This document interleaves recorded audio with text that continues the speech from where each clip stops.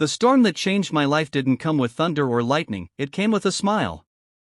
A smile soft enough to calm the worst fears in my heart, yet powerful enough to break open everything I thought I knew about myself, my dreams, and the meaning of love. It all began on the morning of my 29th birthday, a day I had expected to be painfully ordinary. But fate has a strange way of sneaking into the quiet corners of life and leaving footprints you'll never forget. I remember standing in front of my boss, Emma Carter, smart, graceful, miles out of my league, and tossing out a joke that wasn't supposed to change anything. "Will you marry me?" I said with a grin. And then she really looked at me, and said, "What if I say yes?" In that split second, my whole world shifted, as if time paused just to witness the moment my destiny cracked open. If you believe in kindness, second chances, and unexpected miracles, make sure you like, comment, share, and subscribe to the channel. It helps us bring more emotional stories to you. The story could have ended there, with a laugh and an awkward moment I'd later joke about with friends, but life rarely follows the script we expect. The truth was, I had secretly admired Emma for months. Not in a romantic way at first, but in the kind of way you admire someone who carries both strength and softness in the same breath. She ran our small tech startup in Austin with calm confidence, treating everyone with respect, something rare in the corporate world. She noticed people's efforts, remembered birthdays, and never raised her voice. I had worked under managers who made me dread waking up, but Emma made me want to be better. Not for the company. For myself. But that morning, I wasn't feeling admirable or strong or even particularly hopeful. I had walked into the office wearing a forced smile, carrying the weight of financial struggles I never dared to talk about. My mother had been in and out of hospitals that year, medical bills piling up so fast that I sometimes wondered how many jobs I'd need to work just to survive. My father had passed 5 years earlier in a factory accident, leaving a silence in our home that still echoed every time I walked through the door. I was drowning quietly, and no one knew, not my coworkers, not my friends, not even Emma. When she walked into the office carrying a small box of cupcakes and singing a soft, off-key happy birthday, something inside me broke open.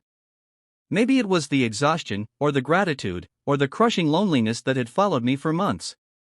Or maybe it was the way her eyes sparkled with genuine warmth, not the polite kindness people give out of obligation. Whatever it was, the joke slipped out before I could think. "Will you marry me?" I said, playing it off as humor. The room laughed. I laughed. It was harmless. But Emma didn't laugh.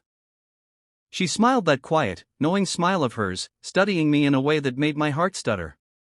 Then she leaned forward just a little and said, "What if I say yes?" The office went completely silent. My hands went numb. My face felt hot.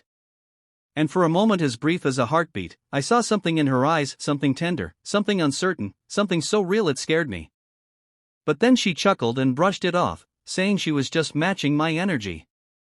Everyone laughed again, the atmosphere relaxed, and the moment dissolved like sugar in hot coffee. But it didn't dissolve for me. It stayed. It clung. It followed me in every glance, every shared smile, every quiet conversation we had over the next weeks. After that day, something shifted between us, though neither of us acknowledged it. She began inviting me to join meetings I'd never been part of before. She'd ask my opinion on things outside my job description. Sometimes she'd stand beside me during lunch breaks, talking about books, movies, even her childhood in North Carolina. I learned she loved hiking but hated spiders, collected antique teacups, and cried over documentaries about animals. I learned her father had walked out when she was 12 and she'd spent most of her life not trusting promises. I learned she worked twice as hard as anyone to build the life she had. I learned she was human. And suddenly, it became impossible for me not to fall for her. But falling for Emma wasn't simple. I wasn't her equal, not financially, not socially, not even emotionally. She came from a world of polished conferences and high-end investors. I came from a working-class background where every dream had to be fought for, bent, and reshaped around reality. I worried she'd never truly see me the way I saw her, someone worth risking anything for. Still, the day that changed everything came 3 months later, when she found me sitting alone in the break room long after everyone had gone home. I had just received a call from my mother's doctor telling me she needed another surgery, this time more expensive than anything before. I had buried my face in my hands, trying to steady my breath, when I heard Emma's soft steps enter the room. She didn't ask if I was okay. She didn't demand answers. She simply sat next to me, placing a cup of tea on the table. For the first time, I told her the truth. I told her about my mother's illness, the mounting bills, the fear that clung to me every day like a shadow. I told her how hard I was trying to hold everything together, how close I was to breaking. She listened without interrupting, without judging, without trying to fix anything. Her presence alone was enough to make the room feel less suffocating. When I finished, I expected her to give me sympathy, maybe a polite "I'm sorry." Instead, she said something that nearly made me cry. "You're not alone, Noah. You don't have to carry all of this by yourself." It wasn't just the words. It was the way she said them, soft, steady, as if she meant every syllable. At that moment, I realized how much she cared, more than a boss should, more than a friend might. But I was too afraid to ask what it meant. The following weeks blurred into a whirlwind. Emma quietly arranged flexible hours for me so I could take my mother to appointments. She approved an unexpected bonus I hadn't earned but desperately needed. She never made me feel like charity. She made me feel seen. But the closer we grew, the more complicated things became. Whispers started in the office, careless rumors about favoritism, about chemistry, about unfair treatment. None of it was true, but people love stories that don't belong to them. I tried creating distance, but it only hurt both of us. Emma sensed it too. A quiet tension settled between us, thick and heavy, as if we were both trying to hold back a truth neither of us was ready to face. Everything came crashing down the night the company hosted its annual charity gala. I had planned to avoid her, to maintain a professional facade, but when she walked into the ballroom wearing a deep blue dress that shimmered under the lights, my resolve cracked. She found me standing alone near the balcony, looking more nervous than any grown man should. She approached slowly, her voice gentle as she asked if I was avoiding her. I tried lying. It didn't work. Emma always saw through me.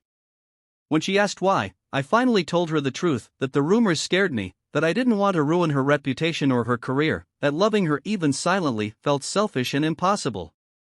For a moment, she just stared at me, her expression unreadable. Then she stepped closer, so close I could feel the faint warmth of her breath. She told me she was tired of being strong alone. Tired of pretending she didn't feel something she couldn't explain. She told me that sometimes in life, the heart chooses before the mind has a chance to argue. And then, almost in a whisper, she said, "Do you remember your birthday joke? What if we weren't joking?" My heart stopped. I didn't kiss her. She didn't kiss me. But something electric passed between us, a silent understanding that our lives were about to change in ways neither of us were prepared for. The weeks that followed weren't easy. She stepped back from direct supervision to avoid conflicts of interest. We faced awkward stares, whispered gossip, even criticism from people who believed love had no place in a workplace. But despite the noise, despite the fear, something beautiful began to grow between us, slowly, gently, like a sunrise that refused to be rushed. The turning point came one evening when I returned home to find my mother sitting at the kitchen table with a letter from the hospital. Her surgery had gone better than expected, she was healing faster than anyone hoped. Relief flooded me so hard my knees nearly buckled. I called Emma to tell her the news, and she cried actual tears, because she had been praying silently for my mother's recovery too. That night, I realized something important. Emma wasn't just a woman I admired. She was the person who had walked into the deepest parts of my life and loved me without conditions, without expectations. A month later, on a quiet spring morning, I asked her to meet me at Zilker Park before sunrise. When she arrived, the sky was still dark, painted with faint streaks of purple. I reminded her of the joke I had made on my birthday, the joke that had changed everything. I told her it wasn't a joke anymore. She looked at me with those soft, steady eyes and whispered, "Then say it again." So I did. And this time, she said yes. We didn't rush things. We took our time, letting love settle naturally. Some people judged. Many understood. But none of it mattered.